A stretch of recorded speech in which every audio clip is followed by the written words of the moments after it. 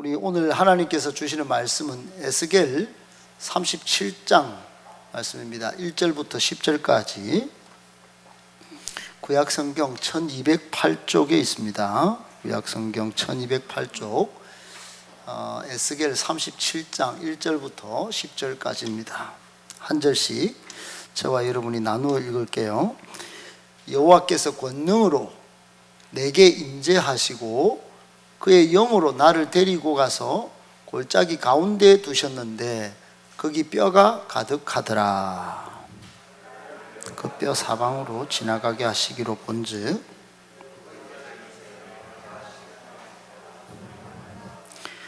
그가 내게 이르시되 인자야 이 뼈들이 능히 살 수 있겠느냐 하시기로 내가 대답하되 주 여호와여 주께서 아시나이다.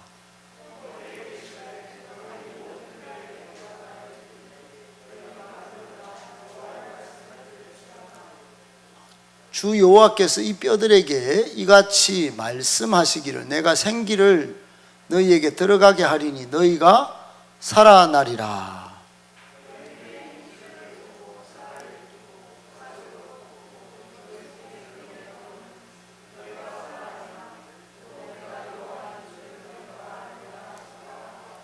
이에 내가 명령을 따라 대언하니 대언할 때 소리가 나고 움직이며 이 뼈 저 뼈가 들어맞아 뼈들이 서로 연결되더라.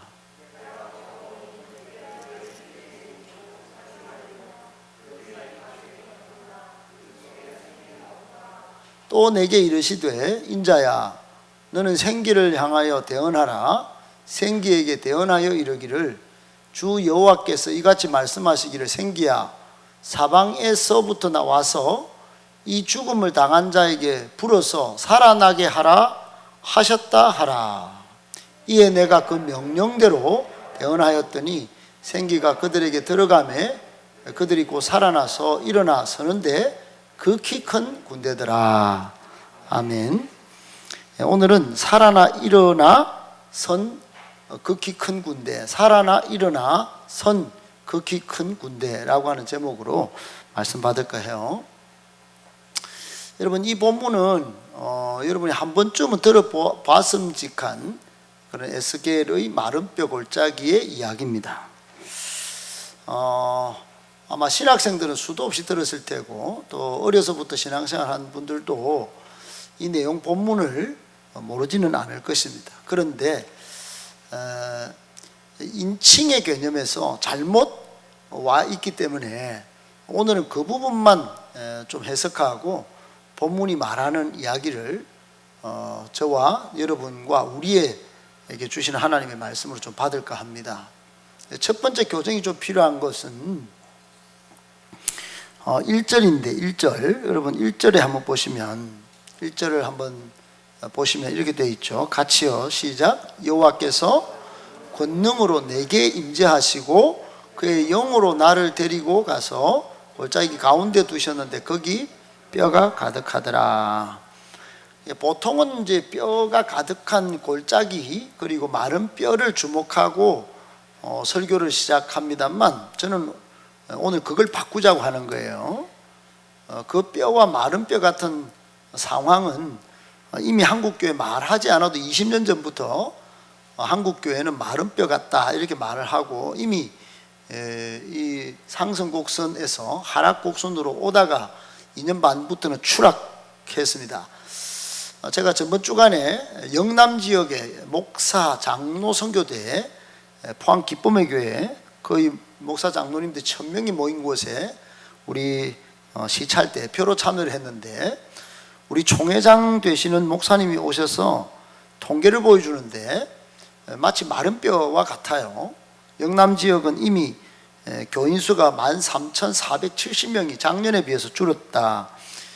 목사 장로 헌금 수는 그렇게 줄지는 않았는데 그것은 전부 큰 교회가 바치고 있어요. 큰 교회가 우리 한국교회 통합적 장로교는 우리가 통합적 교단인데 1000명이 나오는 교회가 한 470개 5000명이 나오는 교회가 45개인데 여기서 다 떠받치고 있는 거예요. 메가 처치 때문에 교인 수도 좀 떠받치고 있고 헌금도 떠받치고 있다.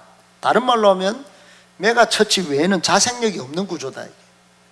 교회가 자생력이 없어요. 서로 큰 교회가 좀 받쳐주고 노회 이름으로 있기 때문에 이게 돌아가고 있지 전부 마른 뼈 상황이다, 이렇게 말씀하셨어요. 실제로 그런 것이 평균적으로 메가처치가 받쳐주기 때문에 목사 한 명당 2021년에 한 140명 목회를 했어요.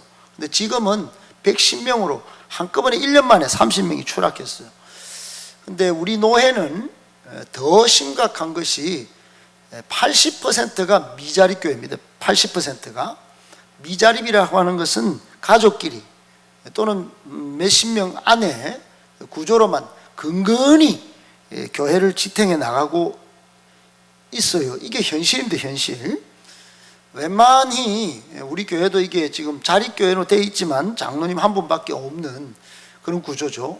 원로 장로님 오셨고 이제 또 새로운 장로님도 오셨지만 아직은 정식 장로님도 아니시고, 여러분 한마디로 다른 지금 모든 교회적 상황이 거의 마른 뼈 같아요. 대부분 안 된다라고 말하고 위기에 내몰라라 하는 그런 상황입니다. 그런데 오늘 그런 상황의 마른 뼈와 같은 상황은 이미 우리가 익숙하게 알고 있단 말이에요. 그런데 전체적인 시각으로 이 마른 뼈와 같은 이스라엘도 상황이 비슷했어요. 근데 그 중에 우리 오늘 찬양 가운데 조금 전에 한 찬양 가운데 나오지만은 말씀 앞에서 안에 보면 한 사람 나오죠. 한 사람, 하나님이 찾으시는 한 사람, 그 사람이 에스겔이었어요. 지금 이스라엘은 포로로 잡혀가서 하나님이 회복시켜 주시리라고 약속을 하셨지만은 여전히 마른 뼈와 같은 상황이에요. 거기에 하나님이 에스겔을 탁 찾은 거예요. 여기서 인자라고 나오는 사람, 나라고 나오는 사람, 그 에스겔을 주목하셨어요. 그래 글을 쓰시는 거예요. 어떻게 쓰셨냐? 하나님의 강력한 인도하심으로 글을 쓰셨어요. 내 힘으로 되는 게 아니고 1절에 보면 현대어 성경으로 이렇게 되어 있어요. 그의 성령이 나를 데리고 가서 한 골짜기 가운데 두셨다. 그곳은 뼈로 가득 차 있었다. 이렇게 되어 있어요. 그의 성령이 나를 데리고 갔다. 이 말은 The hand of the Lord, 그러니까 주님의 손이 was upon me, 나에게 임하셨다. 나에게 강력하게 주님의 손길이 임하셨다. 다른 말로 하면 주님의 강력한 손길을 느끼는 순간 에스겔은 에스겔이 아니었어요. 사랑하는 여러분, 마른 뼈와 같은 한국 교회를 보고 우리는 누구나 입을 벌리고 생각으로 진단을 할 수가 있어요. 그런데 하나님의 그 강력한 손길을 느낀 한 사람이, 여러분 그 느낌적 느낌, 하나님의 손길에 사로잡힌 그 한 사람, 그 한 사람 때문에 오늘 설교 제목이 뭐냐 하면 살아나서 일어나서 서서 스탠드에서 극히 큰 군대가 되는 역사의 주인공이 된다는 거예요. 여러분 오늘 내용을 정말 살아난 거, 극히 큰 군대에 주목하기보다 우리는 초점을 그 정말 종결적 결과물에 너무 심취하지 말고 그 설교에 들은 거에 너무 빠져서 그것만 너무 큰 기대를 가지고 그렇게 접근하지 말고, 그런 눈높이에 있지만 이 목사에게 주신 하나님의 초점은 어디냐, 나라는 거예요. 연약한 포로의 상황 속에 있는 그발 강가에 있는 한 청년 에스겔 위에 하나님의 영이 권능으로 임하시고 그 강력한 손길, The hand of the Lord를 느낀 그 정말 오늘 우리와 같은 처지의 한 청년, 거기서부터 주목해보자 이거예요. 여러분 하나님은 에스겔을 강력한 인도하심으로 골짜기를 지금 이리저리 누비면서 뼈들을 관찰하게 하십니다. 따라합시다. 관찰하게 하셨습니다. 이렇게 다 보게 하셨단 말이에요. 여러분 지금 한국교회를 보십니까? 보셔야 됩니다. 보셔야 돼요. 한국교회가 어떻게 지금 흘러왔고 지금 어떤 순간에 직면해 있고 앞으로 어떤 상황으로 흘려 들어갈지를 여러분 관찰하시고 좀 생각 좀 하고 믿으셔야 됩니다. 나는 나대로 포로적 상황에 있는 그발강가의 한 청년으로 그냥 느낌도 없이 그냥 살아가면 안 되는 거예요. 지금 하나님의 강력한 손길을 느끼고 그 권능의 손에 사로잡혀서 이 마른 뼈 같은 많은 한국 교회를 두루 지금 우리 교회가 2년 반 동안 막 코로나 상황에도 포항 지역도 보고 다 지금 보잖아요. 지금 장청에도 임원을 보내고 지금 다 한국 교회를 보면 지금 여러분 이거를 외면하지 못할걸요. 여러분 외면하셨다면 사람이 아니문이다 진짜. 여러분 우리 교회를 하나님이 이 박경민 전사님 상임 총무로 장청에 또 장청 재건위원장으로 명률이를 세운 건 우연이 아닙니다. 그냥 뭐 억지로 시킨다고 누가 하겠습니까, 여러분? 누군들 그러면 억지로 초대 우리 한국교회 예수를 억지로 믿은 사람이 있습니까? 전 인구의 딱 단 3%, 그 정말 우연히 어찌 보면 하나님의 필요로 믿고 예수 믿는 신자가 된 겁니다. 목이 잘릴 줄 생각했겠습니까? 물론 각오는 했겠죠. 여러분 이런 골짜기를 두루다니면서 관찰을 딱 해보니 그 결과가 뭐냐? 오늘 여러분 보신 그대로입니다. 뼈가 가득했어요. 매우 많았다 이 말이에요. 매우 많았다. 2절에 보면 이렇게 되어 있어요. 2절 다 같이요. 시작. 나를 그 뼈 사방으로 지나가게 하시기로 본적 봤다는 거예요. 그리고 그 골짜기 지면에 뼈가 힘이 많고 또 아주 말랐다. 두 가지 구체적인 진단을 했어요. 진단이 됐습니다. 그냥 봤더니 한국 교회와 행복한 교회 안에 셀프로 믿음이 좋은 사람들이 있지만은 뼈들이 막 다 앉아 있는 거예요. 한국 교회. 힘이 말라버렸어 지금. 자기는 안 말랐다. 나는 기도한다. 나는 뭐 말씀 듣는다 하지만 목사를 비롯해 전부 다 지금 기도의 공동체, 말씀의 공동체이기보다는 전부 각자는 삐쩍 마르고 막 매우 삐쩍 마른 뼈가 많았다. 사랑하는 여러분, 이런 뼈들에게, 이런 현상에게 하나님이 누구를 콕 집었냐? 에스겔을 콕 집었어요. 지금 에스겔 한 명을 지금 주목하여 보셨다 이거예요. 한 명을 그 한 명에게 하나님이 말씀하십니다. 3절에 보면 3절을 한번 볼까요? 3절에 보면 이렇게 하나님이 누구에게 이르시되 내게는 누굽니까? 그 에스겔이겠죠. 당연히 하나님이 직접 말씀하셔서 마른 뼈들로 살아나게 하신 게 아니라는 사실을 오늘 주목하자는 거예요. 우리는 보통 하나님이 직접 말씀해가 살리시지 하나님이 전능하신 믿습니다 그러고 밑자에 시옷을 한 10개 붙여가 믿습니다 하는데 그 믿음이 좋은 줄로만 알아요. 근데 자기는 선포하지 않아요. 자기는 긍정적인 눈이 다 사라졌어. 자신의 눈 속에 있는 들보를 보지 않고 남의 있는 티만 막 찾아내는 거예요. 그러니까 니는 뼈야. 니 말랐어. 여러분 그때 하나님이 에스겔을 통하여 뭐라고 말씀하시느냐? 이렇게 말씀하십니다. 시작. 인자야부터 시작. 인자야, 이 뼈들이 능히 살 수 있겠느냐? 그때 내가 대답하되 주 여호와여. 그게 좀 몰랐다는 겁니다. 능히 살아나는 것은 전적으로 하나님의 은혜, 주권에 달린 문제라고 생각합니다. 이런 겁니다. 주님이 아시지 않습니까? 회복은커녕 저는 무력감이 듭니다. 좀 부정적으로 보면 그렇고 또 긍정적으로 보면 하나님이 원하시면, 하나님이 주권적으로 일하시면 마른 뼈들도 살아날 수 있을 것으로 저는 생각합니다. 언더스탠딩 됩니다만 이런 거예요. 하나님께서 원하시고 일하신다면 마른 뼈가 살아나는 것쯤이야 불가능하지 않을 것 정도는 제가 알겠습니다. 하나님 아시잖아요. 이런 뜻입니다 이게. 그런데 여러분 4절에 보면 전혀 색깔이 분위기가 싹 바뀝니다. 4절을 한번 보실까요? 4절 시작. 또 내게 이르시되 너는 이 모든 뼈에게 대언하여 이르기를 너희 마른 뼈들아 여호와의 말씀을 들을지어다. 하나님이 말씀하셨는데 너는 이 모든 뼈에게 뭐라고 말씀하셨어요? 대언. 하나님의 말씀을 네가 전해라는 거예요. 네가.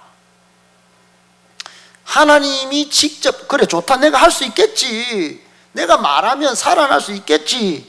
그러나 지금 할 일은 너야. 너가 말을 해라. 너가. 그래서 분명히 살아난다, 나에게 마른 뼈 정도가 무슨 문제가 되겠냐 하지만 우선 말씀을 들어야 돼. 말씀의 능력을 믿어야 돼. 힘으로 능으로 안 되겠지만은 성령으로 되는 줄 알아야 돼. 그러고는 5절에 이렇게 말씀합니다. 5절 다 같이 시작. 주 여호와께서 이 뼈들에게 이같이 말씀하시기를 내가 생기를 너희에게 들어가게 하리니 너희가 살아나리라. 자, 따라합시다. 너희가 살아나리라. 이걸 누가 한 말이에요? 하나님이 원천적으로 하셨지만 지금 누구 입을 통하여 선포하신 말씀이에요? 에스겔을 통해서. 에스겔이 하나님의 말씀을 이렇게 받아서 하나님이 그 말을 하라는 겁니다. 지금 주 여호와께서 이 뼈들을 향하여, 마른 뼈들 상황에 대해서 에스겔 보고 하라고 하신 거예요. 내가 생기를 너희에게 들어가게 하리니 너희가 살아나리라 한 말을 에스겔 너가 하라는 겁니다. 따라합시다. 너희가 살아나리라. 그것이 가정이든 그것이 관계든 교회든 나라와 민족이든 너희가 살아나리라. 이 말은 우리 보고 하라는 겁니다. 우리 보고. 저는 포로인데요. 저는 뭐 이래 지금 붙잡혀 있는데요. 너 포로지. 근데 나의 능력으로 사로잡혀서 지금 네 보고 하라는 거야. 그 에스겔이, 여러분 에스겔 1장에 하나님의 권능에 사로잡혀가면 이쪽 저쪽 다니다 오늘은 드디어 37장에 마른 뼈까지 온 겁니다. 여기서 하나님이 생기라고 말씀하는데 생기도 주목할 단어입니다. 생기. 따라합시다. 생기. 생기는 히브리어로 루아흐입니다. 루아흐. 이거는 성령으로 직접 해석하는 분위기도 있지만 다른 말로 하면 원어는 생명이에요. 생명. 호흡이 되면 호흡. 하나님이 창세기에 보면 호흡을 우리에게 주셔서 우리가 생명이 되었다 그래요. 생명이. 그 성령을 부었다 이렇게 말씀 안 하시고 호흡을 주셨다 이 말이에요. 그러니까 우리가 생명이 됐는데 지금도 마찬가지예요. 마른 뼈 같은 이 마른 뼈들에게 호흡을 주셨다. 물론 호흡만 주셨겠습니까? 그 뒤로 보시면은 힘줄이 막 생기고 막 따닥따닥 뼈가 붙다가 살이 붙고 가죽이 생기고 막 나중에는 다 살아나는데 정말 우리가 오늘 제목에 있는 것처럼 군대가 됐다 이게. 사랑하는 여러분, 하나님의 호흡이 막 충만한 곳에 죽은 것들도 살아날 줄 여러분 믿으십니까? 믿으셔야 합니다. 마른 뼈든 살이 붙은 뼈든 아니면 아름답고 생기가 흐르는 가죽이 덮인 몸이든 우리는 모두 하나님께서 주시는 생명의 호흡, 즉 성령이 없으면 그대로 죽은 자입니다. 영이 죽은 거예요. 성령이 임하시면 그러면 어떤 역사가 일어나는가? 그렇게 큰 군대가 됩니다. 첫 번째, 사람은 마른 뼈와 같은 연약한 존재입니다만 듣기 싫은 말일지 몰라도 이것이 성경이 말씀하신 인간의 실존입니다. 여러분, 우리는 마른 뼈 같은 존재. 두 번째, 시작. 다 끝났다고 여겨지는 상황, 아무리 절망적 상황이 닥쳐도 하나님으로 인해 일어설 수 있고, 아멘. 성령이 역사하면 그렇게 되는 거예요. 아멘. 세 번째, 시작. 전능하신 하나님에겐 비록 죽음의 영역일지라도, 이런 마른 뼈가 죽음의 영역이에요. 어둠이 막 충만한 곳이에요. 안 되는 불가능의 영역이에요. 근데 막 호흡이 들어가고 생기가 들어가니까 불가능한 영역이 없다는 사실을 오늘 마른 뼈 걸작이가 보여주는 겁니다. 생생하게. 네 번째, 시작. 하나님의 말씀이 선포되는 곳, 성령의 역사가 있는 곳에는 반드시 믿으시면 아멘. 다섯 번째, 시작. 그러므로 가장 능력 있는 증거는 하나님의 말씀을 받은 그대로 증거하는 것이고 성령의 역사로 나타나는, 오늘 본문의 내용이 바로 그 이야기예요. 그 이야기. 에스겔이 말씀을 탁 그냥 나는 별거 아닌데 말씀을 받은 그대로 딱 전가하니까 막 힘줄이 들어가 살이 생기고 막 가죽이 생기고 막 생기가 훅 마지막에 들어갔더니 막 큰 군대가 됐다. 극히 큰 군대. 시작. 네, 그렇게 됐다는 거예요. 여러분, 혹시나 여러분 여기서 이제 한막을 정리하고 말씀의 끝으로 가기 전에 영상을 하나 보려고 그러는데, 여러분 이게 에스겔의 눈앞에는 보이는 상황은 지금 마른 뼈잖아요. 우리도 그럴 수 있어요. 내 뜻대로 내 눈대로 이렇게 내가 익숙한 어떤 방법대로 안 될 때 고민이 생긴다. 물음표. 인생의 고민, 신앙의 고민이 생깁니다. 맞죠? 맞는데 그때는 어떻게 해야 되지? 제 입이 아니고 여러분이 잘 아는 강원도 목사님의 어떤 말씀을 한번 들어볼 필요가 있겠어요. 오늘 이 마른 뼈 같은 이런 상황을 어떻게 말씀하시는지를 한번 들어보십시다. 화면이 준비되어 있나요? 네.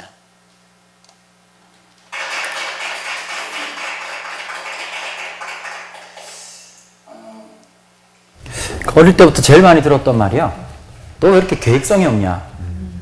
그리고 이제 여기 있어야 될 애가 항상 거기 없었거든요, 제가. 제가 어릴 때 그런 생각 되게 많이 했었어요. 난 왜 그랬을까? 나는 기질이 그런가? 또 몇 가지 원인이 있었더라고요. 제가 아버지 어머니 결혼하시고 이렇게 원한 건지 안 했는지 모르겠지만 제가 생긴 거예요.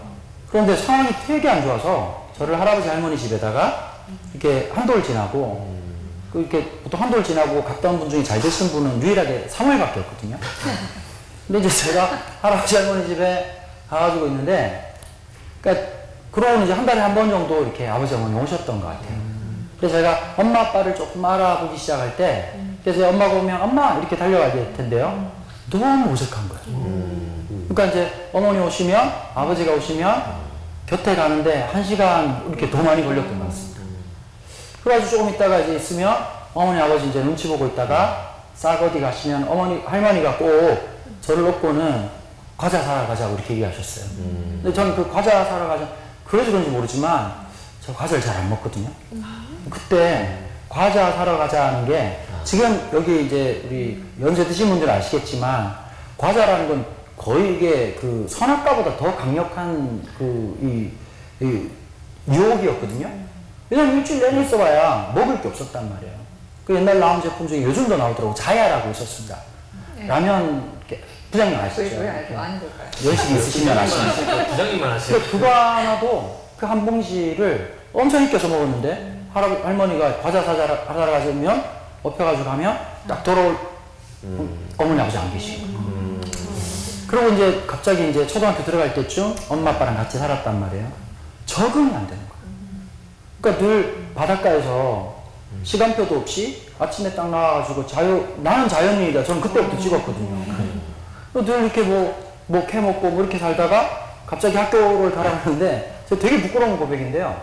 1학년 때부터 3학년 때까지 1, 2교시 수업을 들어가 본 적이 없어요. 저는 정말 자율성이 뛰어난 놈이었습니다. 아무리 제도권 교육이 나를 밀어넣어도 내가 준비되지 않았다. 그래서 제가 늘 놀이터에 애들 다 학교 가고 그네 타고 있으면, 옛날엔 동네 아줌마들이 참 오만 간섭을 많이 하셨거든요. 너 왜 학교 안 가냐? 그러면 오빠이냐? 이 오빠나 그러면 또 연식 있는 분도 아실 텐데, 오빠이냐? 그러면 아니다. 너 왜 학교 안 가냐? 내 인생에 자꾸 개입하지 마라. 그리고 가서 이제 학교에서 한 일이 2교시쯤 들어가면 선생님이 뒤로 와. 그럼 딱 정해져 있었거든요. 걸상을 드는 거였어요. 그때부터 제가 그 이두근, 삼두근 막 키웠거든요. 이제 앞으로 이럴 일이 다 알았나 보죠? 그래서 늘 저는 무언가가 내 자리라고 생각, 내 어떤 존재가 있어야 되는 생각이 없이 늘 떠돌았던 것 같아요. 그러다가 이제 초등학교, 중학교 지나면서 이제 깨달았죠. 나는 공부를 그닥 잘하는 놈이 아니구나. 근데 명절이 되면 친척들이 모이잖아요. 근데 친척들 들어보니까 다 공부를 잘하는 겁니다. 그럼 이렇게 공부 많이 안 한 것 같은데 서울대 들어가고, 유학 가가지고 미국 대통령 상 받고. 그러니까 우리 집안이 DNA인 줄 알아요. 나만 빼고요.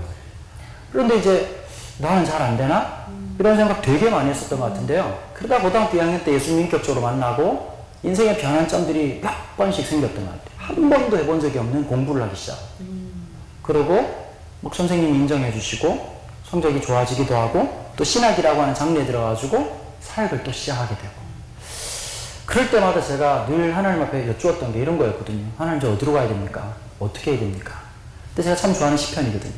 하나님 날 지도하시고 나를 가르치시는 하나님. 그러니까 이런 것 같아요.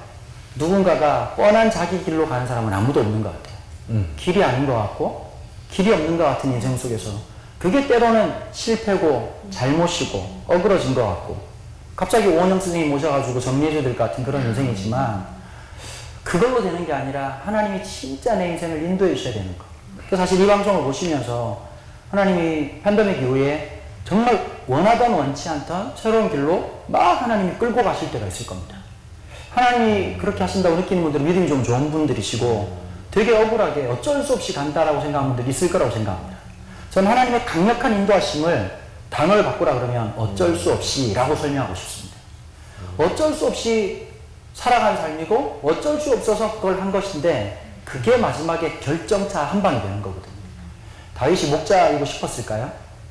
아버지가 맡겼으니까 어쩔 수 없이 빈들로 간 겁니다. 어쩔 수 없이 그 양들을 돌보려고 하는데 하나님의 은혜가 딱 임하니까 갑자기 그 어쩔 수 없는 일이 사명으로, 의미로, 가치로 바뀌기 시작하는 거죠. 그러면서 그 양을 지키려고 했던 그 물맷돌이 이스라엘을 지킨 거 아니겠습니까? 우리의 모든 삶의 순간, 지금도 우리의 인생 속에 하나님의 커리큘럼은 한 번도 변함없이 어쩔 수 없이 혹은 이게 뭐지? 라고 하는 의외성 속에서 하나님의 길이 끊임없이 있다는 거죠. 근데 그 길을 하나님이 지도하신다.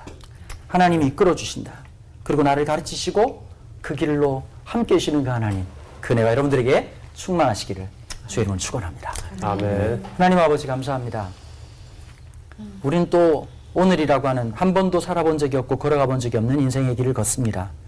하나님, 우리의 길이 되시고 진리가 되신 주님의 은혜가 필요합니다.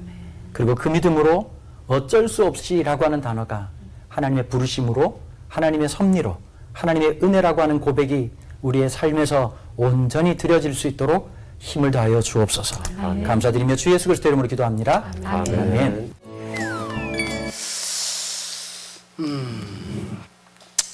여러분, 저는 매일 방송을 보지는 않습니다. 근데 한 번씩 이게 보여지는 방송이 저를 깨우는 것뿐만 아니고 이 시대에 우리 교회를 깨우는 엄청난 하나님의 섭리적 방송 분량으로, 이 지금 몇 분짜리입니까? 이게 뭐 30분도 아니고. 근데 이 본문을 미리 딱 준비를 해놓고 보다가 에스겔에 어쩔 수 없는 상황이 매칭이 되는 거예요. 포로 상황이 어쩔 수 없이 하나님 손에 잡혀가지고 가는데 결정적으로 극히 큰 군대를 이루는 상황은, 여러분, 이게 신앙생활이 아닐까요? 여러분은 익숙하게 그림을 그리는 대로 인생을 살고 신앙생활을 하고 싶겠지만 그렇지 않은 경우가 많단 말입니다. 내 뜻과 내 주장과 내 생각과 내 관념과 내가 그린 그림대로 안 살아지는 어쩔 수 없는 상황이 온단 말이에요. 마치 다윗과 같이, 조금 전에 마지막 예와 같이, 너 이거 갖다 줘. 전쟁터에 나를 보냅니까? 청년인데, 젊은인데, 양을 치는 일도 지금 힘겨워 죽겠는데 또 전쟁터까지 도시락이나 전달해라 말입니까? 그런데 골리앗을 때려잡거든요. 여러분, 좀 생각을 좀 깨어나셔야 되지 않겠습니까? 신앙생활이 익숙한 것만 가는 길이 신앙생활이라고 그렇게 계속 주장하고 싶으십니까? 그렇게 생각하고 싶습니까? 여러분, 그건 신앙생활 아닙니다, 여러분. 진정한 신앙생활은 어쩔 수 없이 가는 길도 있다는 사실이에요. 정말 생각지도 않은, 예기치 않은 그런 상황에 나를 던질 때가 있단 말입니다. 그래서 오늘 이야기는 마지막으로 히브리어 테바라고 하는 이야기로 결론을 좀 맺고 싶어요. 본문의 상황은 다 봤고 살아납니다. 여러분, 다 살아나요. 이스겔 37장 다 살아납니다. 여러분, 히브리어 테바라는 단어가 있어요. 따라합시다. 테바. 테바는 방주라고 나오는 모든 말은 테바입니다. 갈대상자도 테바예요. 여러분 다 알죠? 갈대상자는 모세가 탔던 상자입니다. 그냥 상자예요. 그리고 방주는 노아의 방주입니다. 여러분, 노아의 방주에 키가 있다는 소리 들어보셨습니까? 아니면 뭐 원자력 잠수함처럼 발전기가 있다는 소리 들어보셨습니까? 둯대도 없습니다. 둯대도 없어요. 노아의 방주, 모세 갈대 상자, 그건 테바입니다. 테바. 오직 하나님의 인도하심이 아니면 모세가 무슨 건짐을 받습니까? 빠져 죽었지. 노아의 방주는 표류하다가 그냥 그 안에서 생물 있는, 기식 있는, 호흡 있는 생물들 다 죽어야 됩니다. 그런데 하나님 인도하시거든요. 다시 나와가지고 8명으로 통하여 온 민족이, 지금 지구상에 셈, 함, 야벳 족속이 다 퍼진 거거든요. 여러분, 테바적 사건이 있는 거예요. 미국의 LA 주안의 교회 최영 목사님이 최근에 글을 하나 냈어요. 그게 테바 이야기인데, 제가 이걸 보다가 이게 너무 충격적이라서 이거 여러분에게 마지막으로 전해주고 싶은 거예요. 오늘날 한국이 2022년에 태어나서 코로나를 겪은 이 젊은 세대들은 정말 테바적 사건이 되죠. 테바적 환경에 처해져 있대. 인생의 방향에 키도 없고, 누가 우리를 인도하나. 정말 푯대도 없고, 막 흔들리고, 막 그 안에서 혼자 막 쭈그리 앉아가지고, 아니면 동물 새끼들하고 막 냄새 나는 풍기는 것들하고 방주 안에 같이 막. 여러분, 테바적 사건 속에 그러면 우리 다 굶어 죽습니까? 예기치 않은 막 표류하다가 막 끝납니까? 테바에 하나님이 함께 동행하십니다, 여러분. 테바에 하나님이 인도하신단 말이에요. 거기에 생명이 흥황하여 일어나고, 모세를 통하여 여러분 250만 명이 출애굽하고 오늘 마른 뼈의 골짜기에 극히 강한 큰 군대가 일어나는 것입니다.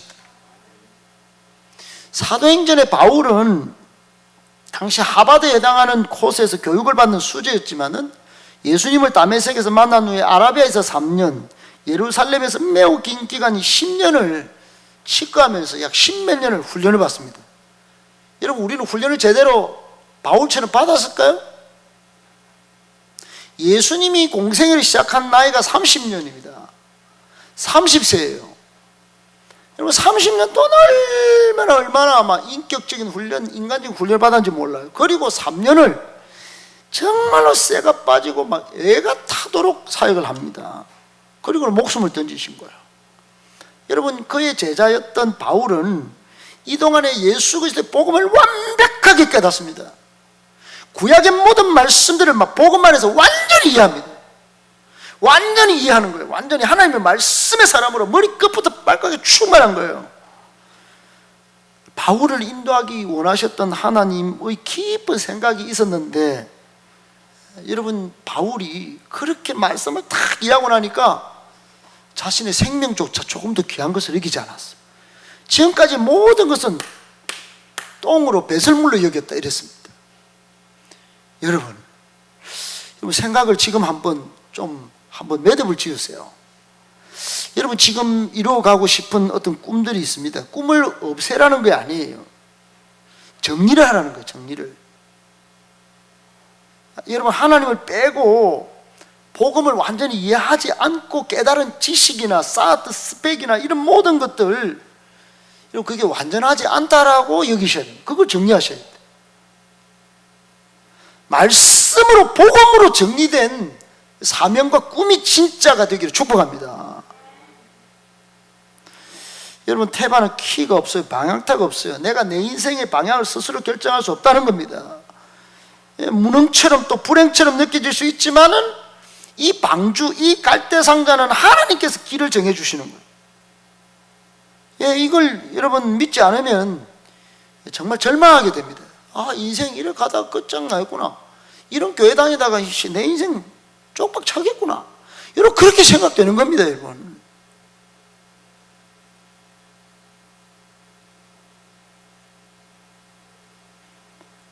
여러분, 이 교회를 만들어 가시는 하나님으로 여러분 좀 충만하시길 축복합니다. 주의 영이 막 이 교회를 찍어서 막 그냥 그 권능으로 이끌어 가시는 것들이 여러분 같이 좀 새겨지고 느껴지시길 축복합니다. 여러분 모세 갈대상자 거기는 하나님의 깊은 섭리가 있었어요. 방향도 키도 못 잡는 그 갈대상자가 마치 이집트 공주의 그 목욕하는 그 나일강이 어떻게 거기 목욕하고 싶을 때 도달했겠습니까, 여러분? 이상하게 또 공주 옆을 지켜 시녀들이 강을 거니다가 왜 그때 이 태바를 봅니까? 이 갈대상자를 보게 됩니까? 여러분 역사에 의하면 이집트 공주는 매우 충직한 인물인데 또 이상하게 사내 아이를 죽이라는 바로 왕의 명령을 당연히 알고 있었을 거예요. 그런데 그 순간에 왜 모성애가 발동합니까? 모성애가 그 아이를 기르고 싶어서 데려오라 그럽니다. 결국 왕궁에서 엘리트 교육을 받으면서 자랍니다. 그리고 친어머니의 젖을 먹으면서 모세가 장성하게 되죠. 당시 이집트 왕자는 건축, 문학, 법학, 천문학까지 이 모든 걸 반드시 배워야 했는데 특별히 여러분 모세 오경을 기록한 모세는 이 법을 이미 알렉산드리아에 있는 모든 도서관의 법들을 법 전문을 다 이해하고 준비되었을 것입니다. 이게 하나님의 섭리가 아니고는 어떻게 이해하겠습니까? 하나님이 부르셔서 40년 동안 이집트 왕궁에서 정확하게 법을 이해하면서 하나님의 율법을 막 나중에요 시내산에서 받아. 여러분 시내산에서 40일 금식하면서 받아. 비몽사몽간에 그걸 받아. 여러분 하루 한 끼 굶어도 머리가 뭔 말을 하는지 지금도 지쳐가지고 무슨 말을 하는지도 모르는데 여러분 40일 동안 모세가 금식하면서 하나님이 들려주신 율법을 어떻게 생생하게 그걸 여러분 내려와서 백성을 가르칩니까? 전부 여러분 하나님의 섭리하시는 인도하심이에요. 하나님이 일하신 증거다 이 말입니다. 여러분 우리 교회를 하나님이 지금 8, 9년 동안 저에게 너무 정말 제가 고백하잖아요. 제가 새벽 기도를 신 적은 꼽으면 거의 한 10일이 안 될 것 같습니다. 하루도 빠짐없이 한 말씀 한 말씀이 이 시대에 우리 행복한 교회를 주시는 말씀이 틀림없었습니다. 1.1획도요.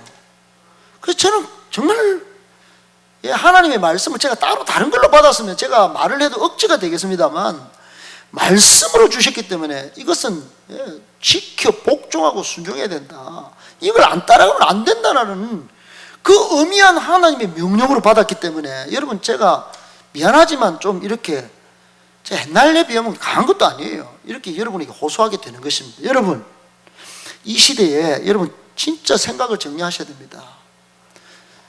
좀 이상하게 강원도 목사님처럼 좀 예기치 않게 이렇게 여러분 일이 벌어진다 하더라도 여러분 이 태바의 방향타를 잡고 이 교회 방향타를 잡고 가시는 분이 하나님이신 것을 믿으시기를 축복합니다. 그것을 깊이 깨달아 아는 사람은 고난 가운데서도 여러분 억지 가운데서도 실족하지 않게 된다는 거예요.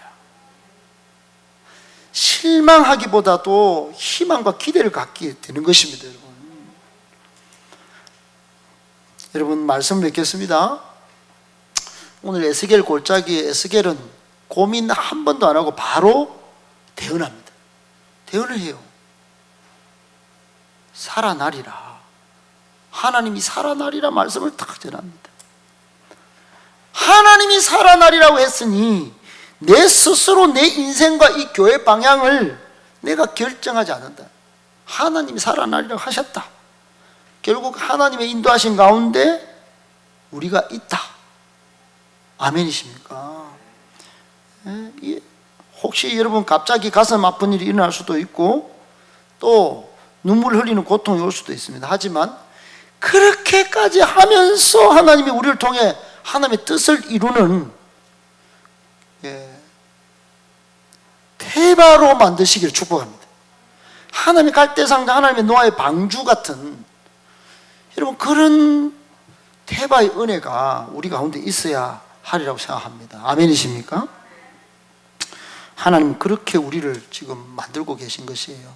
마지막 화면을 한번 떼어주실래요? 네, 넘겨서 그 앞에 우리 한번 같이 읽어보겠습니다. 시작. 하나님이 우리의 영적 선장이시다. 어려운 상황들이 재앙처럼 또 고난처럼 보이지만 이 상황 속에서도 우리가 예측할 수 없는 깊은 하나님의 섭리가 있는 줄을 믿고 따라가야 한다. 우리 모두가 테바이기 때문이다.